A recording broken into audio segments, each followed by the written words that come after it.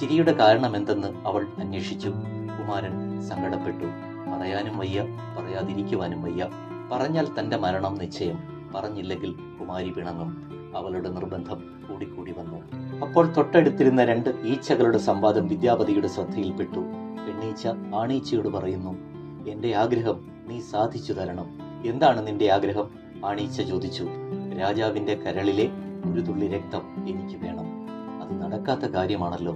മറ്റെന്തെങ്കിലും നീ ആവശ്യപ്പെടുക, ഞാൻ സാധിച്ചു തരാം. വലിയ അപകടത്തിൽ ചാടാനാണ് നീ ആവശ്യപ്പെടുന്നത്. ഒരു പെണ്ണിനെ വേറെയും കിട്ടും, ജീവൻ അതുപോലെ കിട്ടുന്നതല്ല. അതുകൊണ്ട് നിന്റെ ആഗ്രഹ നിവൃത്തിക്ക് ഞാൻ തയ്യാറല്ല, ആണീച്ച പറഞ്ഞു. ഇക്കാര്യം സാധിച്ചു തന്നില്ലെങ്കിൽ പിന്നെ നമുക്ക് തമ്മിൽ ഒരു ബന്ധവുമില്ല. എന്നെ വിട്ടുപോവുകയാണ് നിനക്ക് നല്ലത്, പെണ്ണീച്ച തീർത്തു പറഞ്ഞു. പെണ്ണിന്റെ അടിമയായി ജീവിക്കുന്നതിൽ പരം നികൃഷ്ടമായി മറ്റൊന്നുമില്ല. നിന്നെ വിട്ടുപോയാൽ എനിക്ക് വേറെ പെണ്ണിനെ നിഷ്പ്രയാസം ലഭിക്കും. എന്റെ ജീവൻ നഷ്ടപ്പെടുത്തുവാൻ ഞാൻ തയ്യാറല്ല. ഈ നിമിഷം തന്നെ ഞാനിതാ നിന്നെ വിട്ടുപോകുന്നു. ആണീച്ച അവിടെ നിന്നും പറന്നുപോയി. വിദ്യാപതി ഈ സംഭാഷണം മുഴുവൻ ശ്രദ്ധിച്ചു. തന്റെയും അവസ്ഥ ഇതുതന്നെയാണല്ലോ. ഭാര്യയുടെ നിർബന്ധത്തിന് വഴങ്ങിയാൽ മരണം, അല്ലെങ്കിൽ പിണക്കം. ഒരു പെണ്ണിനു വേണ്ടി എന്തിന് ജീവിതം ബലി കഴിക്കണം? മറ്റൊരു പെണ്ണിനെ കിട്ടാൻ എനിക്ക് പ്രയാസമുണ്ടാവുകയില്ലല്ലോ. ഇങ്ങനെ ഉറപ്പിച്ചുകൊണ്ട് അയാൾ ഭാര്യയോട് പറഞ്ഞു, പ്രിയേ, ഞാൻ ഒരു കാരണവശാലും ചിരിച്ചതിനുള്ള കാരണം പറയുകയില്ല.